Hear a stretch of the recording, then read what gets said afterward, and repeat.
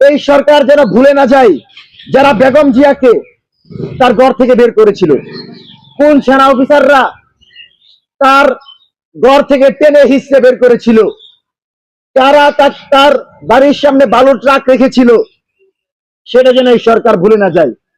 এই সরকার যেন ভুলে না যায় সময় টেলিভিশন তারেক রহমানকে ডাকাত বলেছিল। এই সরকার যেন ভুলে না যায় মিডিয়া তারেক রহমানের বিরুদ্ধে 2 ঘন্টা 3 ঘন্টা সংবাদ প্রচার করেছিল।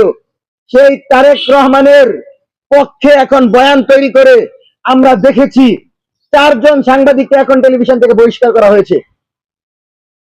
যারা এটা করিয়েছে তারাই তারেক রহমানকে চোর বলেছিল, তারাই খালেদা জিয়াকে নিয়ে কটাক্ষ করেছিল, তারাই বিএনপিকে নিয়ে কটাক্ষ করেছিল।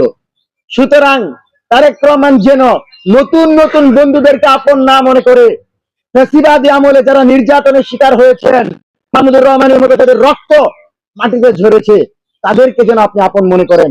আপনি তাদেরকে আপন মনে করবেন না। তারা দীর্ঘ সময় আপনার বিরুদ্ধে, আপনার মায়ের বিরুদ্ধে, বিএনপির বিরুদ্ধে লাগাতার সংবাদ প্রচার করেছে। সুতরাং সময় টেলিভিশনের এই সকল পোল্টিবাজি আমরা বুঝি। আপনারা যদি মনে করেন বাংলাদেশের সকল মিডিয়া আপনারা দখল করে রাখবেন, সেই দিন শেষ। আমরা তারেক রহমানের কাছে অনুরোধ করব, নতুন বন্ধুদের পরিবর্তে ফ্যাসিবাদী আমলে আপনাদের পক্ষে যারা একটি বাক্য বলেছে তাদেরকে কাছে টেনে নেন এবং মিডিয়ার অবাধ স্বাধীনতা নিশ্চিত করেন। এবং যে সকল সাংবাদিকদেরকে বরখাস্ত করা হয়েছে, 2 দিন চলে গেছে, আমরা আশা করব 7 দিনের ভিতর তাদেরকে চাকরিতে পুনরায় ফিরিয়ে নেন।